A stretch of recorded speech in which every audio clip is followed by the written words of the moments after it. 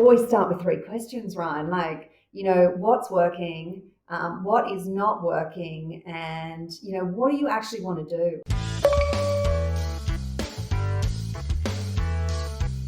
Today we have Anneke Broek, the founder and CEO of Rufus and Coco. Welcome, Anneke.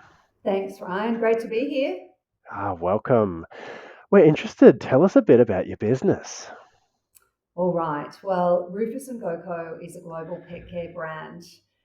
We have humble beginnings. We started 13 years ago from the spare bedroom of my house whilst I was pregnant with my first child. And today I'm really proud to say that we sell a range of branded pet products into 12 countries around the world. We sell about 4,500 products a day. And really, I think what makes us different is that we really understand people's real love of pets. And the trend has been the humanization of pets. And look, we saw this through COVID, didn't we? With people adopting, I think 43% of dog adoptions and 23 or something of cats. But people love their animals. It's a trend that we spotted many years ago, and through the products that we sell, we really aim to make it easier for people who love their pets to keep their pets. That is so good. And I love that connection with pets rather than just being a product store. That's so good. So how did you get started? How did you get into it in the first instance? Ever since I was a young girl, I have always wanted to run my own business. And it was funny because I had my birthday on the weekend, and one of my girlfriends stood up and talked about how we used to sell handicraft at the front, the letterbox. And actually, I used to breed and sell mice to local pet shop for 20 cents a pop. I convinced the local pet shop that my mice were prettier than the ones he sold. And so I went about breeding them, which is a very interesting exercise because the male mice actually eat the babies. So I lost a bit Wow. of stock on my first time round, but I've always wanted to be an entrepreneur, and actually having had a successful career in corporate, working for a lot of big brands such as David Jones, Blackmores, the Apparel Group, I actually decided that it was my moment to create a business. And at the time, I wasn't sure what that was, and I had a number of ideas. And after having completed my MBA, I went through the arduous process of looking at all the data and coming up with a plan. And but I think the challenge with that is that everything always seems impossible until it's done, and you can always find a million reasons why something's going to fail. And certainly for me at the time, the people I really admired, um, no one really kind of said, "Yeah, that's awesome, do that." I was probably the only person that actually thought that there was a market in it. And so I'm pleased that with some good steps forward, we've actually made headway. And today, very much what we do is we really focus on being a trusted brand for pet products. Certainly, when we launched the business, there wasn't a brand that you could think of for high quality, fashionable, trusted, like beautiful products for your pets.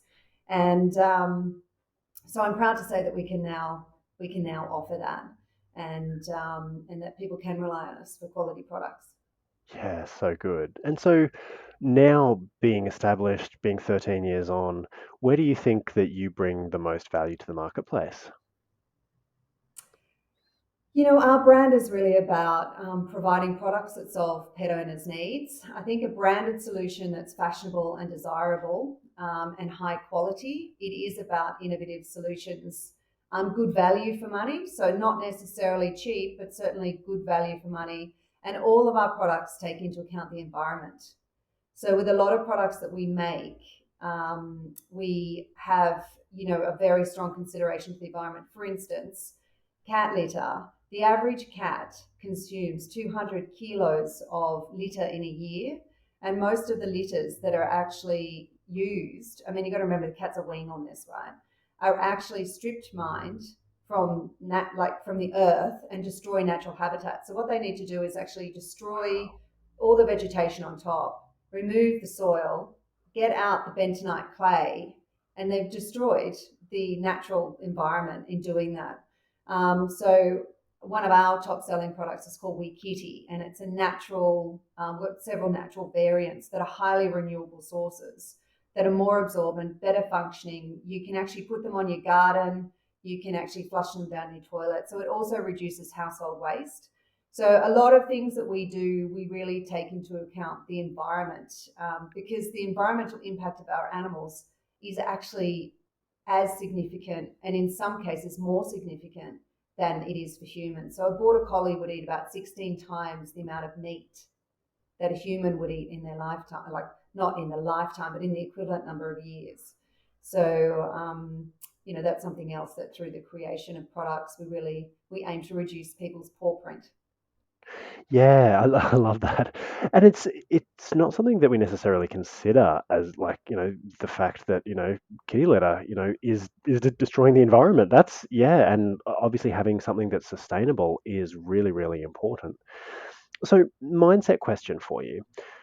What had to change in you that took you from, that startup phase, being pregnant with your first child, that those early days through to now, being ultra successful? How, how have you changed as a person? Yeah, I think it's a real inner job. Like I think it's a real inner job, and I've spent a lot of time working on myself. So I do. It's a really good question because I actually think it is the key to my success. My very strong morning routines, everything from exercise to diet to scheduling and management of my actual days and weeks, to overcoming my inner critical voice. There's some really good books that will help do that, but I actually even see a hypnotherapist. So one of my greatest problems was, my father always said to me, Anne, whatever you do, own your own home. And at one particular point, our distributor said they weren't doing pet anymore, and it meant that I had to finance the business. This was at the same time as getting divorced. And I went, okay, well, where do I find that money from? And it meant that I had to leverage it off my home. And Wow. so overcoming the fear of doing that is a significant was it took a lot of work and a lot of tears and a lot of inner work. So I continually, I think the other thing is just recognizing that growth really does happen outside your comfort zone. And really, it's when things are tough that you really kind of have to dig deep. And I think that's where passion for what you're doing is so important, because there are so many times that I could have, honestly, so many times that I could have given up. And I think it's hysterical. People kind of go, oh, it's 7 years in. I think at that point, I'd actually thought that we were going to be all right as a business. I thought we had enough footing, but probably people thought, at year 3 that we'd made it. At that point, we'd actually been in Woolworths nationally. I certainly didn't think that at that point. And, I think that success is rented and not owned, and that you actually have to kind of consider every day how you're going to make how you're going to make it better for your consumers. And that's my thought I come to work with every day. But yes, I'm constantly working on myself and trying to just better myself. And how long would you say that you spend on working on yourself versus working on the business each day? Look, I think it depends. I think it depends. I think it is about presence of mind and a choice of what you're doing every day. Um, I think this whole work-life balance idea is kind of much more about, work-life presence. So, and also recognizing, I think for me, I'm a mother of 2 children, I mentor 5 people. I'm obviously running a global business. It's impossible to be everywhere at once. Have people wanting me to speak to them about X and Y, and it's just so. Then, what do you choose to do, and how do you choose to assign your time? Look, I try really hard to spend time working on the business. In fairness, it's probably like a day out of 5 that I will do that. The rest of the time, I spend a lot of my time on what I think I'm good at and what I enjoy. And there's a really good little matrix that I often use, which is what do I love? What am I good at that I love? And what am I good at that I don't love? And then what am I not so good at that I love? And what am I and I'm always thinking about these quadrants, and I'm always thinking, well, I got to spend more of my time in quadrant A, which is things that I'm actually good at and things that I love, because that's actually what will make the business grow and go forward, not spending time fixing another order delivery issue that we have. And, certainly we're being compounded with due to COVID at the moment. That's not me in my strong point. And I think it's a really important part of well-being, like in terms of managing yourself. Like, how is it you manage well-being? If you spend all day doing stuff you hate doing because you have to do it, and yes, trust me, I do a lot of stuff that I still don't like doing. Before I went downstairs to check on the team, I watered the plants. And I actually don't mind watering the plants, but I don't necessarily think it's my job. So, there's things that, I just do anyway. And any entrepreneur will do that. But yes, it's I think as well, it's having the right people that can do all those other tasks. And look, when you're a little business, that's hard. It's really Yeah. hard. People cost a lot of money. Australians cost a lot of money. And, over time, we've gotten really good as a business of finding really talented people in other countries. Obviously, the Philippines, India, we've got a really fantastic designer that works with us in India. So often we've got video creation people that work in Croatia. And, so it's really a bit of a global market, and it's a blessing for business because the cost of Australian talent is extraordinary, and it's difficult to make a buck at the end of it all. So just being very sort of mindful of that, but having the right people to do the right jobs is key. Yeah, for sure. And can you give us one or two insights that gave you the biggest and most dramatic growth for your business? Oh, I think moving into more consumable products. So certainly the success that we've had out of the natural litter that I mentioned before has been extraordinary, and it's been so fantastic to see our retailers really embrace the change, and our consumers, really give us that great feedback. So I think, it's not just that; it's also things like poo bags that are made from cornstarch that are, highly degradable. It's pea pads that use linings of plastic that degrade faster, all those sorts of things. But they're all sort of highly consumable products. So I think that's been a big deal. I suppose aside from that, it's getting clear on what we're good at and what the elements of the business, what is it that we need as a business to scale?